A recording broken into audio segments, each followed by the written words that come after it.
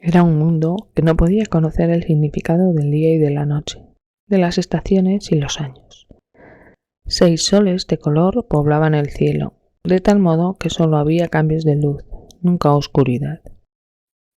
A través de los tirones y golpes de los opuestos campos gravitatorios, el planeta seguía los nudos y las curvas de una órbita inconcebiblemente compleja, sin recorrer 2 veces el mismo camino. Cada momento era único. La figura que ahora formaban los soles en el cielo no se volvería a repetir por toda la eternidad. Y aún aquí había vida, aunque el planeta podía llegar a chamuscarse cuando se encontraba entre los 6 soles y helarse luego en los bordes del sistema. Era, sin embargo, morada de seres inteligentes. Los grandes cristales polifacéticos se agrupaban formando intrincadas figuras geométricas. Inmóviles en las eras del frío, crecían lentamente a lo largo de las vetas minerales cuando volvía el calor. No importaba que completar un pensamiento llevaba 1.000.000 de años. El universo era todavía joven y disponía de un tiempo infinito. He revisado todos nuestros registros, dijo Rasarberak. Nada sabemos de ese mundo, ni de esa combinación de soles. Si existiese en el interior de nuestro universo, los astrónomos habrían advertido su presencia, aunque estuviera fuera del alcance de las naves. Entonces, ¿ha dejado la galaxia? Sí, seguramente ya no falta mucho. ¿Quién sabe? Sueña nada más. Cuando despierta es todavía el mismo. Está en la primera fase. Pronto sabremos cuándo comenzará el cambio. Nos hemos encontrado antes, señor Grayson, dijo el superseñor gravemente. Mi nombre es Rasarberak. Sin duda usted me recuerda. Sí, dijo George. Aquella fiesta en casa de Rupert Boyce. No podría olvidarla. Y siempre pensé que volveríamos a encontrarnos. Dígame, ¿por qué me pidió esta entrevista? Creí que usted ya lo sabría. Quizá, pero será mejor que me lo diga usted. Se sorprenderá usted bastante, pero yo también estoy tratando de comprender y en algunos aspectos mi ignorancia es tan grande como la suya. George miró asombrado al superseñor. Jamás se le había ocurrido un pensamiento semejante.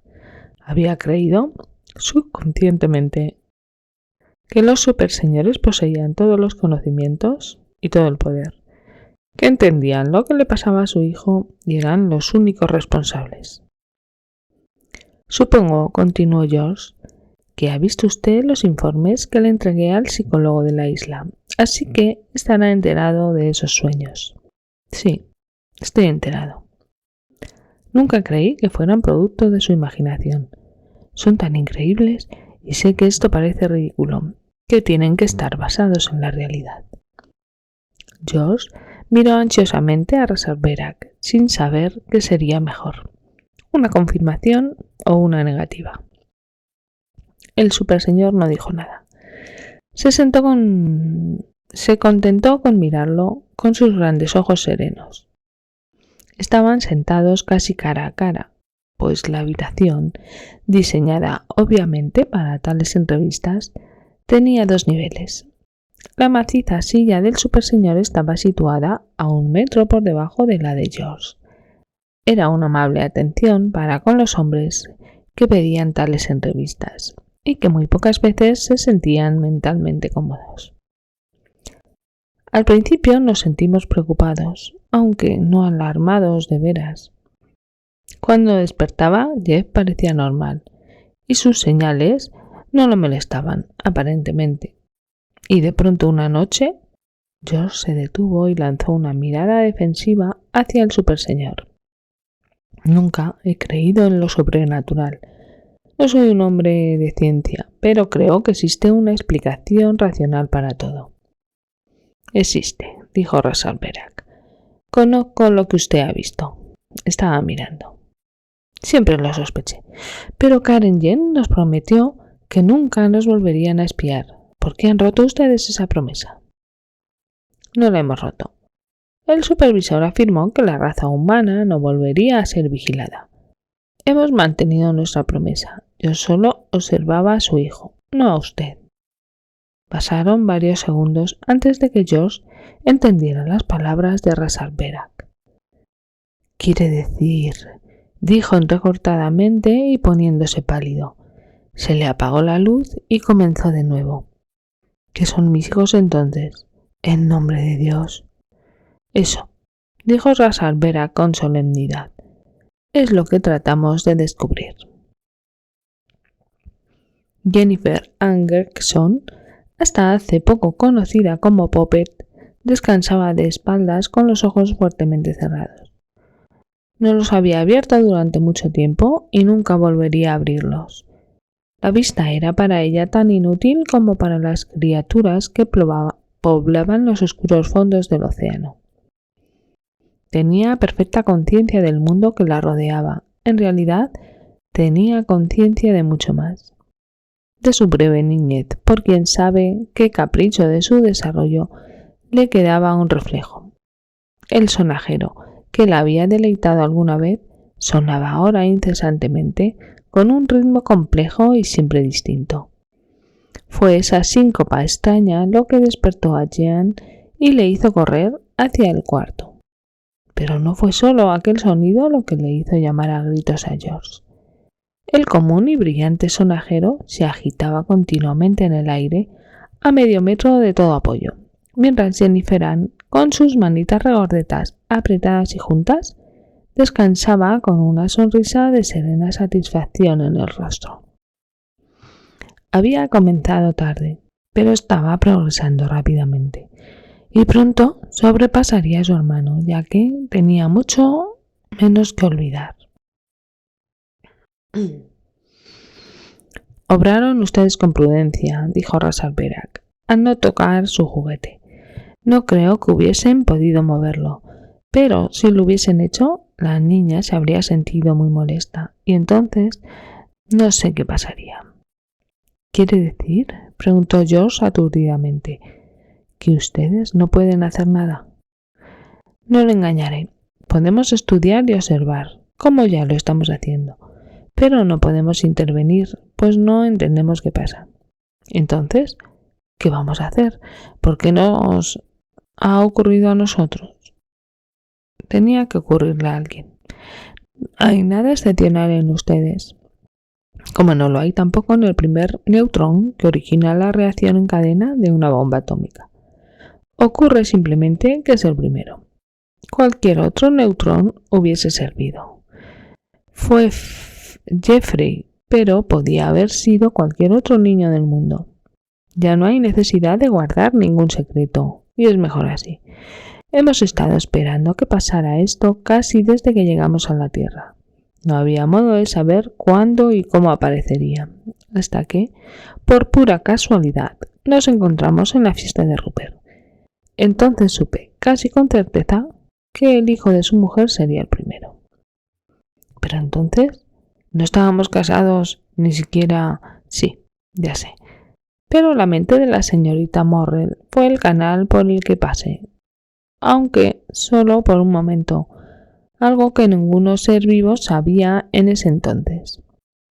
Tenía que venir de otra mente ligada con la suya. El hecho de que fuese una mente que todavía no había nacido no tenía importancia. El tiempo es mucho más extraño de lo que usted cree. Comienzo a entender.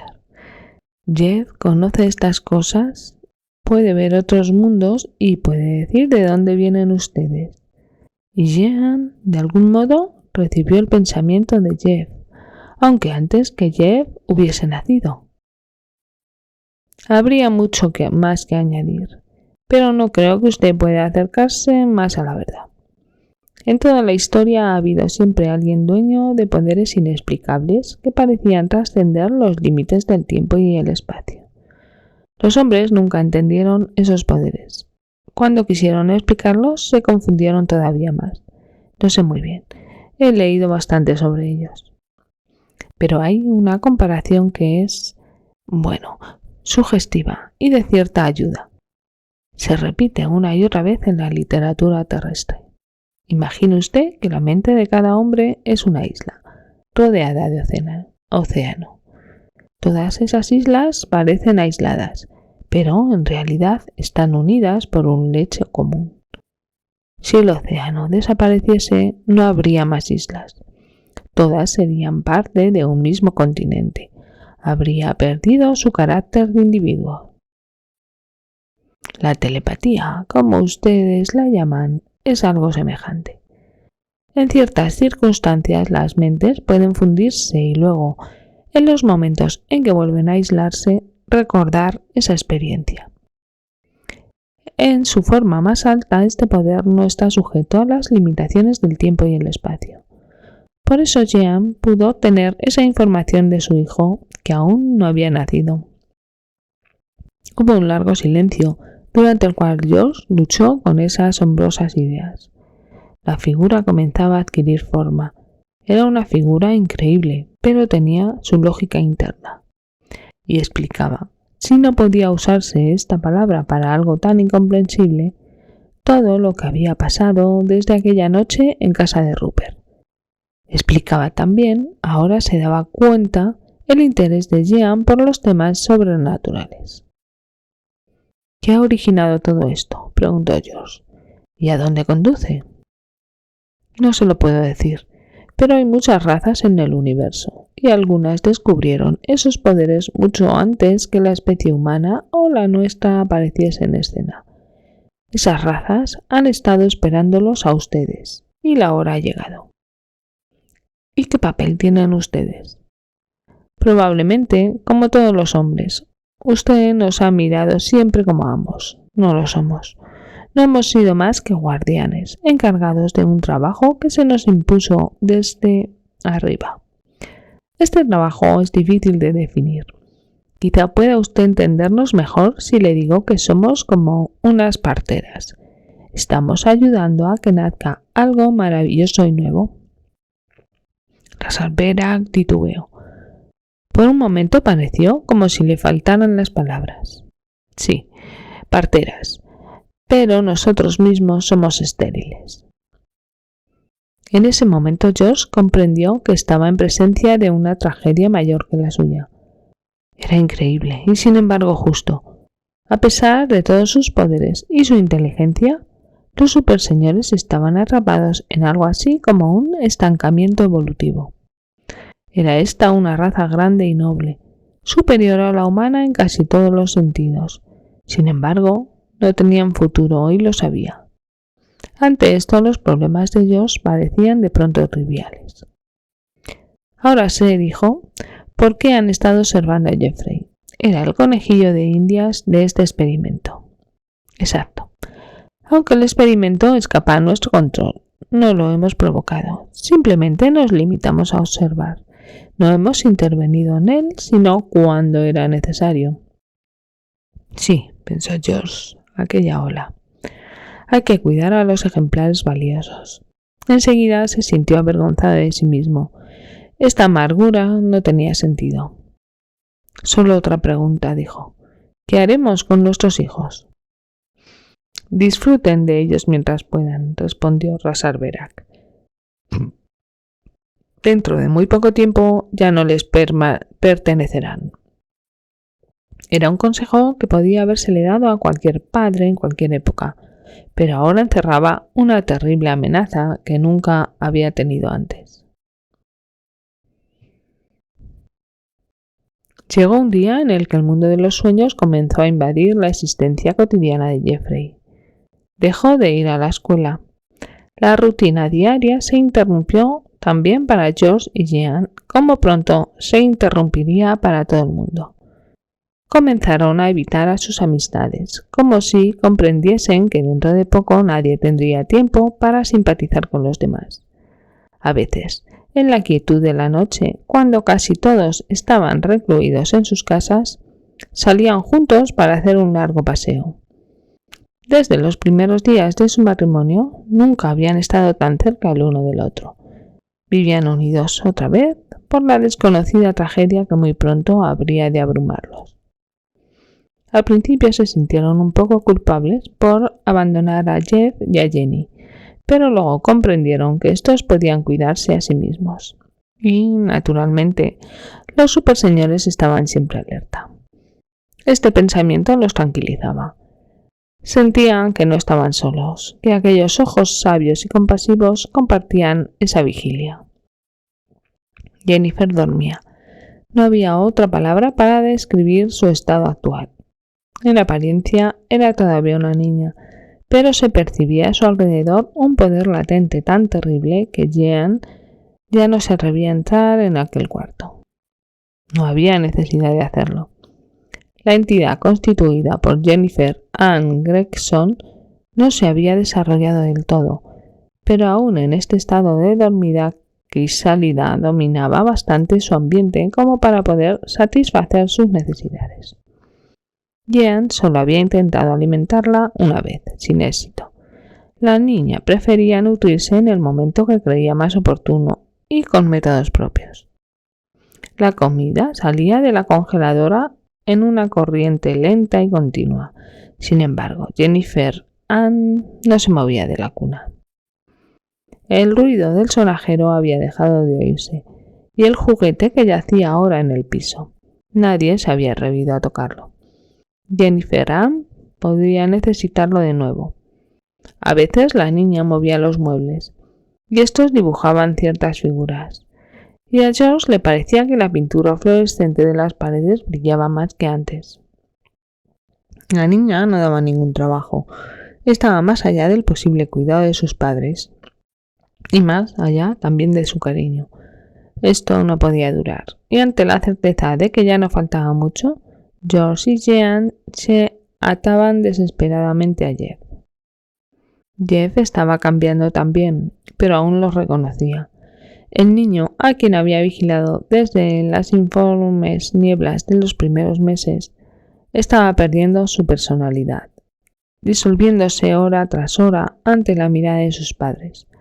Sin embargo, a veces conversaba con ellos como en otra época y hablaba de juguetes como si no supiese lo que iba a ocurrir. Pero la mayor parte del tiempo ni los veía o no advertía que estaban a su lado.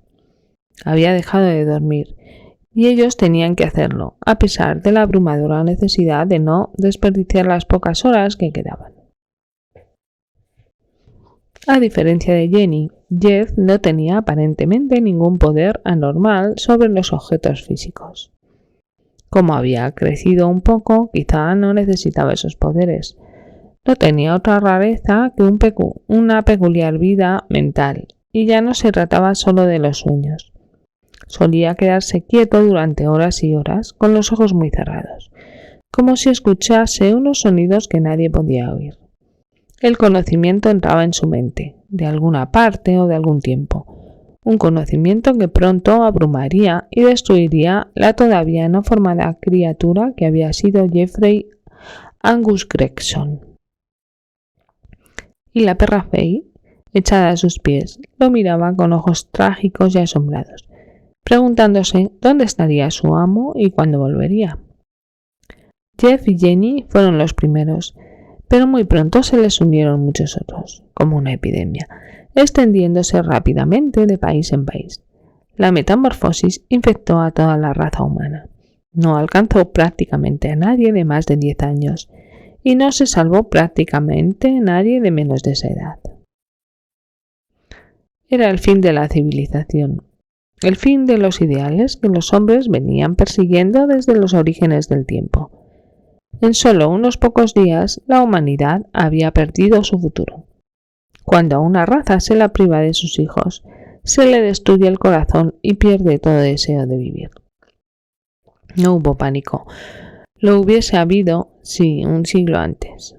El mundo estaba ahora como entumecido. Las grandes ciudades tranquilas y silenciosas. Solo las industrias vitales seguían funcionando, como si todo el planeta fuese un sollozo, un lamento por lo que ya nunca sería. Y entonces, como lo había hecho en una ocasión ya olvidada, Karen Jean le habló por última vez a la humanidad. «Mi tarea aquí está casi terminada», dijo la voz de Karen por 1.000.000 de aparatos de radio. «Al fin, después de un siglo, puedo deciros en qué consistía. Tuvimos que ocultaros muchas cosas, como nosotros mismos nos ocultamos durante la mitad de nuestra estancia en la Tierra. Algunos de vosotros, lo sé, pensasteis que ese ocultamiento era inútil. Estáis acostumbrados a nuestra presencia. Ya no podéis imaginar cómo hubiesen reaccionado vuestros antecesores, pero al menos podéis entender por qué nos ocultamos. Pero nuestro mayor secreto fue el propósito que nos trajo a la Tierra. Ese propósito sobre el que habéis especulado interminablemente. Tuvimos que callar hasta ahora, pero no nos concernía a nosotros deciros la verdad. Hace un siglo vinimos a vuestro mundo y os salvamos de la autodestrucción. No creo que nadie pueda negarlo, pero nunca sospechasteis en qué consistía esa autodestrucción. Cuando prohibimos las armas nucleares y todos los peligrosos juguetes que amontonabais en vuestros armarios, desapareció el peligro de la destrucción física. Creíais que ese era el único peligro. Hicimos todo lo posible para que lo creyeseis así, pero no era cierto. El mayor peligro con que os habéis enfrentado es de un carácter muy diferente, y no concierne solo a vuestra raza. Muchos mundos llegaron a la encrucijada de la fuerza nuclear, evitaron el desastre, lograron levantar una civilización pacífica y feliz y fueron luego destruidos por fuerzas de las que no tenían noticia. En el siglo XX comenzasteis a investigar seriamente esas fuerzas. Fue necesario entonces tomar una determinación. A lo largo de ese siglo, la raza humana estuvo acercándose lentamente al abismo, sin sospechar siquiera su existencia. Sobre ese abismo solo hay un puente. Pocas razas lo han encontrado sin duda. Algunas se echaron atrás, evitando así a la vez el desastre y el triunfo. Sus mundos se convirtieron en islas elíseas, cómodamente satisfechas, que ya no desempeñaban ningún papel en la historia del universo. Ese nunca hubiera sido vuestro destino o vuestra suerte. Vuestra raza tenía demasiada vitalidad. Se hubiese precipitado en la ruina, arrastrando a otros, pero nunca hubieseis encontrado ese puente. Lamento tener que hablaros por medio de analogías. No tenéis palabras ni conceptos para lo que deseo deciros, y nosotros mismos no sabemos mucho. Para entenderme tendríais que retroceder y resucitar muchas cosas que vuestros antecesores conocían, pero que vosotros habéis olvidado, que en realidad os hemos ayudado a olvidar, pues nuestra estancia en la Tierra ha estado basada en una vasta decepción, un ocultamiento de verdades con las que no podríais enfrentaros. En los siglos anteriores a nuestra llegada, vuestros hombres de ciencia descubrieron los secretos del mundo físico y os llevaron rápidamente de la energía del vapor a la energía del átomo. Dejasteis atrás la superstición. La ciencia fue la única religión de la humanidad, el regalo de una minoría al resto de los hombres que destruyó todas las creencias. Aquellas que aún existían cuando llegamos nosotros ya estaban agonizando. La ciencia, se decía, podía explicarlo todo. No había fuerzas que no comprendiese. No había acontecimientos de los que en última instancia no pudiese dar cuenta. El origen del universo podía seguir siendo un hecho desconocido, pero todo lo que había ocurrido desde entonces obedecía a las leyes de la física. Sin embargo, vuestros místicos, aunque extraviados en sus propios errores, vislumbraron parte de la verdad. Hay poderes mentales, y también otros más allá de la mente, que la ciencia no hubiese podido encerrar. Esos poderes hubiesen roto los límites de la ciencia. En todas las edades se recogieron innumerables informes sobre fenómenos extraños, telequinesis, telepatía, precognición, que vosotros bautizasteis pero que nunca pudisteis explicar. Al principio la ciencia los ignoró, hasta negó su existencia, a pesar del testimonio de 500 años. Pero existen, y una teoría total del universo tiene que contar con ellos. Durante la primera mitad del siglo XX, algunos de vuestros hombres de ciencia comenzaron a estudiar estos fenómenos. No lo sabían, pero estaban jugando con la cerradura de la caja de Pandora. Las fuerzas que podían haber liberado eran mayores que todos los peligros atómicos, pues los físicos solo hubieran destruido la Tierra. Los parafísicos hubiesen extendido el desastre al universo. Había que impedirlo. No puedo explicar la verdadera naturaleza de esa amenaza. No hubiese sido una amenaza para nosotros, y por esa misma razón no alcanzamos a comprenderla. Digamos que os hubieseis convertido en un cáncer telepático, una mentalidad maligna que, en su inevitable disolución, hubiese envenenado otras mentes más poderosas. Y así vinimos. Fuimos enviados a la Tierra. Interrumpimos vuestro desarrollo en todos los niveles culturales, pero vigilamos muy particularmente la investigación de los fenómenos parafísicos. Estoy convencido de que evitamos también, al ponernos en contacto, todo trabajo creador. Pero ese fue un efecto secundario y no tiene ninguna importancia. Ahora tengo que deciros algo que os parecerá muy sorprendente, quizá casi increíble. Todas esas potencialidades, todos esos poderes latentes, nosotros no los poseemos, no los entendemos. Nuestras inteligencias son mucho más poderosas que las vuestras, pero hay en vuestras mentes algo que siempre se nos ha escapado. Os hemos estudiado desde que llegamos a la Tierra. Hemos aprendido mucho y aprenderemos más aún. Dudo, sin embargo, que podamos conocer la verdad. Nuestras razas tienen mucho en común, por eso nos eligieron para esta tarea. Pero, en otro sentido, somos los extremos de dos evoluciones distintas. Nuestras mentes han cumplido su desarrollo, lo mismo que las vuestras, en su forma actual. Sin embargo, vosotros podéis dar otro paso, y esto es lo que nos distingue. Nuestras potencialidades están exhaustas. En cambio, las vuestras no se han revelado todavía. Están unidas, de un modo que no podemos entender, a los poderes que he mencionado, los poderes que ahora están despertando en el mundo.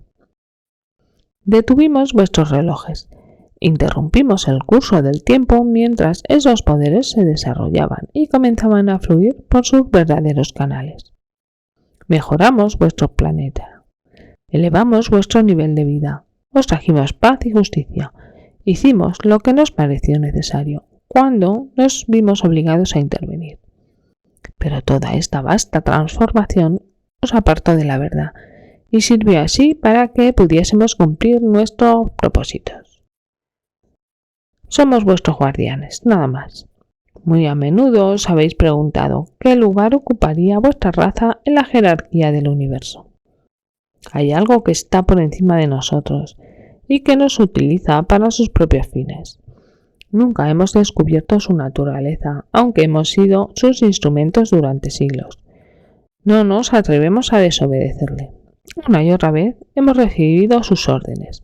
Hemos ido a algún mundo que se encontraba en la primera fase de su cultura y le hemos enseñado el camino que nosotros nunca podremos seguir, el camino que vais a emprender ahora.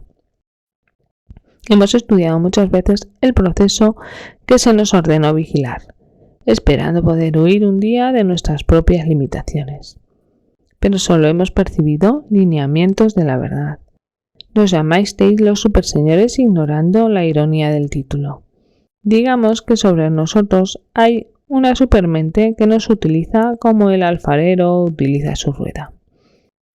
Y vuestra raza es la arcilla modelada por esa rueda. Creemos, aunque es solo una teoría, que la supermente trata de crecer, de extender sus poderes y su conciencia a todo el universo.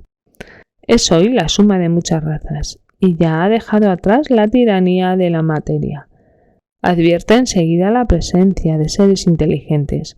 Cuando supo que estabais casi preparados, nos envió a ejecutar esta orden, a disponeros para las transformaciones cercanas. La raza humana cambió al principio con lentitud, durante siglos y siglos, pero esta es una transformación de la mente, no del cuerpo. Si se la compara con la evolución orgánica, es un cataclismo, algo instantáneo. Ha comenzado ya. La vuestra es la última generación del Homo sapiens. En cuanto a la naturaleza del cambio, es muy poco lo que podemos deciros. No sabemos cómo se produce, qué impulso emplea la supermente cuando cree que ha llegado el momento. Solo hemos descubierto que comienza con un simple individuo, un niño siempre, y luego se extiende de un modo instantáneo, como se forman los cristales alrededor del núcleo en una solución saturada. Los adultos no son afectados, el molde de sus mentes es inalterable. Dentro de unos pocos años habrá pasado todo, y la raza humana se habrá dividido en dos. Este mundo que conocéis ya no puede volver atrás, y ya no tiene tampoco futuro. Han terminado los sueños y las esperanzas de vuestra raza. Habéis dado origen a vuestros sucesores, y vuestra tragedia consiste en que nunca podréis entenderlos, que nunca podréis comunicaros con sus mentes. En realidad no tendrán mentes. Serán todos una simple entidad, como vosotros sois la suma de miríadas de células. Pensaréis que no son seres humanos y tendréis razón. Dentro de unas pocas horas se habrá producido la crisis. Mi tarea y mi deber es cuidar a aquellos por los que he venido. A pesar de sus nacientes poderes, podrían ser destruidos por las multitudes. Sí, y aún por los padres cuando estos comprendan la verdad. Debo llevármelos y aislarlos, para su protección y la vuestra. Mañana nuestras naves comenzarán la evacuación. No os acusaré si tratáis de intervenir, pero todo será inútil. Esos poderes que ahora están despertando son mayores que los míos. Yo solo soy un instrumento. Y luego, ¿qué haré con vosotros, los supervivientes, cuando haya concluido nuestra tarea? Sería lo más simple y quizá también lo más misericordioso destruiros, como vosotros mismos destruiríais un cachorro al que queréis mucho y que ha sufrido una herida mortal. Pero no haré eso. Podréis elegir vuestro futuro en los pocos años que os quedan. Tengo la esperanza de que la humanidad se encaminará a la paz, hacia su descanso, con la idea de que no ha vivido inútilmente. Lo que habéis traído al mundo es algo terriblemente extraño, que no comparte vuestros deseos y esperanzas, que puede juzgar vuestras más grandes hazañas con juguetes infantiles. Sin embargo, es algo maravilloso y es obra vuestra. Cuando vuestra raza esté totalmente olvidada, una parte de vosotros seguirá existiendo. No nos condenéis, entonces, por lo que estamos obligados a hacer. Y recordad, siempre os envidiaremos.